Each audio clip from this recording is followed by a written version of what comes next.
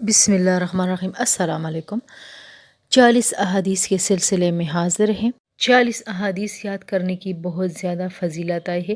حدیث کے مطابق جو شخص میری امت کے فائدے کے واسطے دین کے کام کی 40 احادیث یاد کرے گا، لوگوں کو سنائے گا، تو اللہ تعالیٰ اس کو قیامت کے دن عالموں اور شہیدوں کی جماعت میں اٹھائے گا، اور اللہ تعالیٰ اسے فرمائے گا کہ جس دروازے سے چاہے تو جنت میں داخل ہو جاؤ۔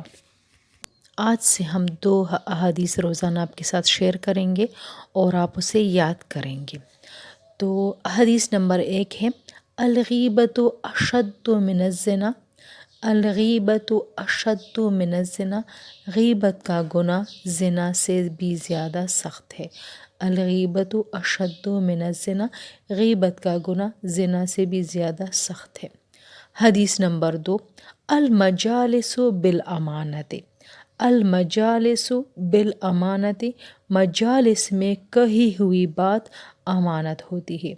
مجالس میں کہی ہوئی بات امانت ہوتی ہے۔ المجالس بالامانت، مجالس میں کہی ہوئی بات امانت ہوتی ہے۔